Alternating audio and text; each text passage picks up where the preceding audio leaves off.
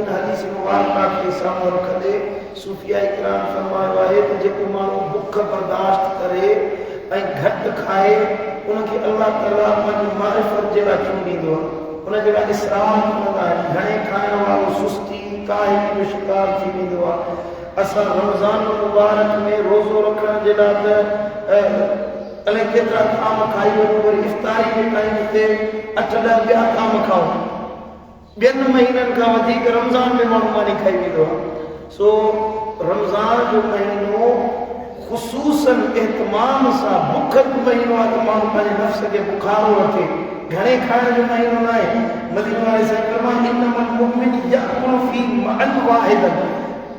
मोमिन हिकिड़े आंद्रे में खाईंदो आहे काफ़र 7 आंद्रनि में खाईंदो आहे 7 आंद्रनि में माना 7 ॼणनि जी मानी अकेलो माण्हू खाई वेंदो आहे सो रमज़ान जो महीनो पंहिंजो नफ़्स खे बुखारो रखण जो महीनो आहे इहो घणो खाइण सहरी में या इफ़्तारी में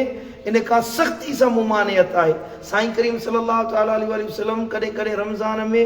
2 ॻड़ियूं खजूर जूं खाई सहरी कंदा हुया 2 ॻड़ियूं खजूर जो खाई इफ़्तारी कंदा हुया जे तव्हां चाहियो था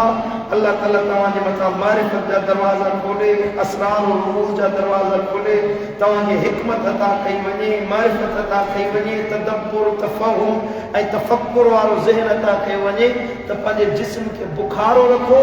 बुख बर्दाश्त करण इमाम ग़ज़ाली रहमतुल्लाह अलैहि फरमायो त अल्लाह जे सिद्दीक़ बाननि जी निशानी आहे अल्लाह ताला शान असांजे जिस्मनि खे सेहत अता फरमाए असांजे क़ल्ब व अज़हान खे पंहिंजी मोहब्बत ऐं मारिफत अता फरमाए अल्लाहुम्मा आमीन